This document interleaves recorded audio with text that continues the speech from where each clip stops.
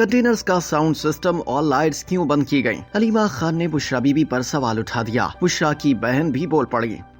इस्लामाबाद में एहतजाज की नाकामी पर बानी पीटीआई की बहन अलीमा खान ने बुशरा बीबी पर सवाल उठा दिया। समाजी रवाबित की वेबसाइट एक्स पर उन्होंने कहा कि शाम होते ही मरकजी कंटेनर का साउंड सिस्टम और लाइट्स क्यों बंद कर दी गयी? साउंड सिस्टम और रोशनी न होने के बायस मुकम्मल अंधेरे में आवाम को हिदायत जारी हुई, न कोई रहनुमाई फराहम की गयी। अलीमा खान ने कहा कि हमने सारी शाम कंटेनर पर रोशनी और आवाज के चलाने की दरखास्त की, लेकिन हिदायत देने वाले लोगों की तरफ से कोई जवाब नहीं आया। पीटीआई बानी इमरान खान की अहलिया की बहन मरियम रियाज भट्टू ने बुशरा इमरान कहाँ है की ट्वीट कर दी। समाजी रवाबित की वेबसाइट एक्स पर उन्होंने कहा कि मैंने कहा था ना कि बुशरा इमरान खान प्रेस कॉन्फ्रेंस नहीं करेंगी, वो इसलिए कि वो अपनी मर्जी से इस्लामाबाद से गई ही नहीं। मरियम रियाज भट्टू ने कहा कि बानी पीटीआई ने धरने को खत्म करने का हक किसी को नहीं दिया था। बुशरा बीबी ने ही मोमेंटम बनाया हुआ था तो उनको वहाँ से हटाना जरूरी था। मुझे लगता है कि बुशरा बीबी को जबरदस्ती अगवा करके ले जाया गया है। वो केपी में होती और खैरियत से होती तो जरूर फैमिली से राब्ता करती। रात को गाड़ियों पर फायरिंग के बाद बुशरा बीबी से राब्ता मुनक़ता हो गया। शेर अफजल मरवत ने दावा किया कि वो और अली अमीन गंडापुर डी चौक जाकर एहतजाज करने के हक में नहीं थे। उन्होंने कहा कि अली अमीन चाहते थे कि कारकुन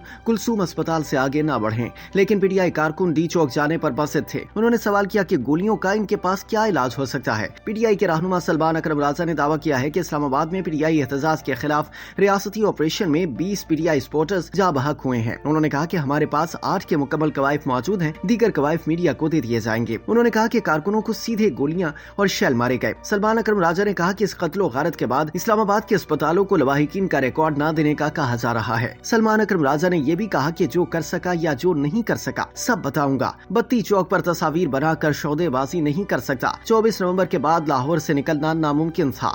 जहां कुछ लोग जमा होते लाठियां बरसाई जाती। हुकूमत के खिलाफ अदालत जाएंगे।